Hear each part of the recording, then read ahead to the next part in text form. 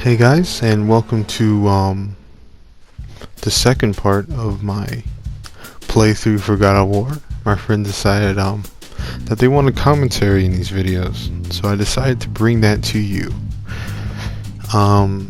But what type of commentary that they asked for, which is rage commentary, I can't do that at the moment. I just don't have the mental capacity to rage all over the place. But I can do a book reading. So today, guys, we have a book called 50 Experts Reveal the Secrets Behind What They Do Best. Tricks of the Trade for Kids. Edited by Jerry Dunn, guys. I believe this book was printed back in 1994 by Jerry Dunn. So first, before we get started, I'm going to say, we're going to read the table of contents first, guys. I'm also going to do a little bit of ASMR here with the paper flips, so you guys can get, immersed in the reading, immersed in the gameplay. Okay, here we go. So we're going to read off the first couple of chapters here on the table of contents. First but not last, and last but not first, How to Draw an Animated Flipbook Like Walt Disney Artist by Pt.2. Sing Like a Rock Star by Seth Riggs. Bet You Can't by TV star magician and con artist. I repeat, guys, con artist Harry Anderson. Fix your bike on the road without tools. Bike on the road without tools, guys. By million-selling bicycle book author Richard Ballantyne. Coping with the death of your pet by Mr. Rogers. Sorry about that, guys. But yeah, that is the first page of the table of contents. I was thinking about reading through the whole table of contents, but we'll do like a loot box where I'll slowly open the rest of the table of contents. You guys can get hyped. I'll leave hints and stuff. But let's start with How to Draw an Animated Flipbook Like Walt Disney Artist. There is an introduction, but I don't think you guys need to hear this. It's boring stuff. Okay, here we go. How to Draw an Animated Flipbook Like a Walt Disney Artist by Pt.2. See, I don't know if whether I want to do a voice for Pt.2 or just leave a comment below if you guys want me to do character voices for the different type of people we have here. Well, let's get started. Have you ever been so bored in class that you took your notebook and did a different drawing in the corner of each page, and then flipped the pages to see your pictures move? I used to draw two rocket ships smashing into each other with puffs of smoke. That's basically animation. It doesn't get much more complicated. What you made was a flipbook, a great way to learn the ABCs of animated cartoons. A flipbook is just a series of drawings creating the illusion that things are moving.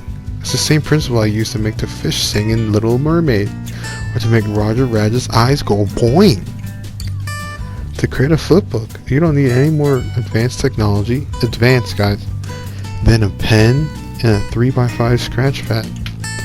Use a pad that's glued at one end, not a spiral notebook, which is too loose and jiggles around. Jiggles. Put a heavy clip at the glued end so the pieces won't move or fall out. Start drawing on the bottom piece of paper and work forward. Or as the animators say, straight ahead. The paper should be thin enough to see through. This allows you to use your last picture as a guide to draw the next one. A black felt tip pen shows up well. After you have drawn 15 or 20 drawings, go back and hold the edge of the pad and flip the pages. The basic theory of animation is simple. The more drawings you do, the slower the action will be, and the fewer drawings. Sorry guys, Here we go. happier your drawings, the faster the action. Let's say you want to draw Felix the cat throwing a punch.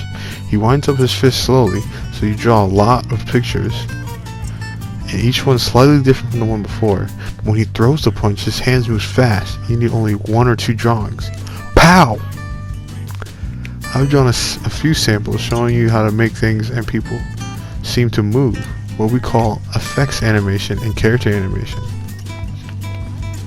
So at the moment, I know you guys can't see this, but first one is the classic bouncing ball animation. All animators start their careers with the bouncing ball. It's like see Dick run. The bouncing ball demonstrates a principle we call squash and stretch. As cartoon figures move, they can either condense, squash, or elongate, stretch, as a result of their actions. In this example, a ball comes down, hits the ground, and squashes to a pancake shape.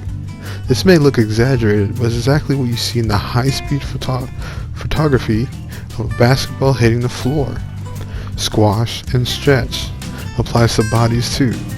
Once I saw a film that showed the kind of pressure joggers put on their feet as they run. It was amazing. The feet look like Daffy Ducks. So remember that human beings aren't rigid suits of armor, but like mushy bags. Mushy bags. We squash and stretch. The bouncing ball also gives you a chance to experiment with timing. How rapidly is the ball coming down? How long does it delay on the ground before it pops up? These things are determined partly by how many drawings you do. Nobody can teach you timing, but you learn with experience. Next example they have here is soap bubble. That's an interesting one. You're creating your own universe, so you can decide what's going on. This drawing could be a soap bubble, or maybe it's a mud bubble, or it's mud bubbling in a hot sulfur spring, like a Yellowstone park. Mud bubbles Mud bubbles up and pop slowly because it's dense, while a soap bubble is thinner and pops faster. In general, water moves faster than you think. Be careful not to do too many drawings, or your water looks like a ketchup. It'll look like ketchup or taffy. In the drawing that comes right before the pop, notice that the bubbles actually implode or get smaller. This gives a little more punch to the explosion. For some reason, it's not as satisfying to go from the full shape to the burst. You need some of what animators call antic to create anticipation. Here we go. That's the third example here. It's a classic as well. Rocket ship. Be sure not to draw the speed lines all the same length and in the same position, or the rushing rocket will look as if it's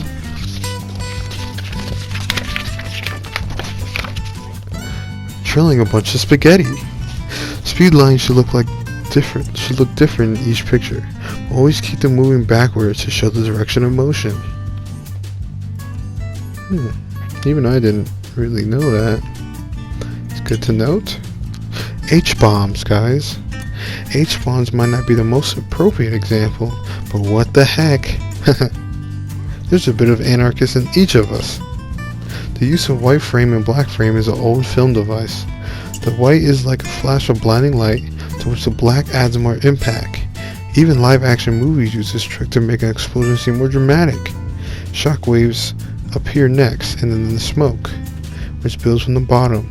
The column of smoke keeps feeding rapidly inside the mushroom cloud. The upper part of the cloud builds slowly. If you watch smoke, you see that it rolls in on itself as it expands.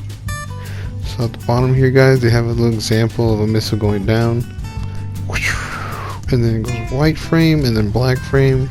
And after the black frame, you guys want to build up your smoke cloud. And then after you build up, you want to build the shockwave first. Then after you build the shockwave, you want to build the smoke cloud next. Ooh, running man. The human body moves up and down as you run, and you can trace this movement as a wavy line, a series of curves, or arcs. You also see arcs in the drawings of a bouncing ball. All of our major body movements are arcs too. Swing your arm and your hands moves in a curved path. If you draw a series of pictures of the swing, stack them up, and then shine a strong light through them, you see that all the hands form a smooth curved line. The arc, at least, they should. If the line isn't smooth, the animation looks choppy and unrealistic. So guys, we got like a little drawing here of a guy running with no arms and no mouth, but there's a little line going on the top that's kind of like curvy, and he's kind of like jumping around that line. It's really cool. By the way, there's no saying that an artist can break the rules. When Popeye walks, for instance, his body never goes up and down, but his shoulders do, which gives him a funny strutting walk. This makes him look like Popeye and no one else. As you get better at drawing characters, try playing with their walks. Does the character go up on his toes? Does he take long steps or teeny ones? Does his foot snap forward or drag sluggishly? Every person's walk is different, and it's like a signature.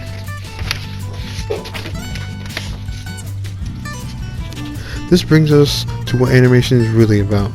Creating a personality for your character through movement. In The Little Mermaid I drew some scenes of Sebastian the crab. He's sort of a Caribbean gentleman, and a singer and a dancer. We also a bit on the stuffy side, because he's trying to be a courtier to the king. Funny part about him is that although he makes sweeping gestures, his claws and adopts makes sweeping gestures with his claws and adopts a regal attitude with his facial expression. His little tiny crab legs are always go tiki tiki tiki taka taka taka. It just creates a funny image. His movements show his personality. Movement is fascinating and never-ending study. You can watch birds fly, notice someone's lip trembling, observe a person's walk, or just lose yourself in it. To draw movements that seem to create a living character is the real magic of animation, guys.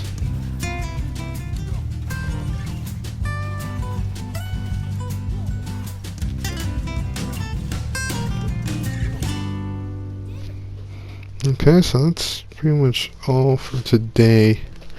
I ran out of recording time, but thanks for tuning in.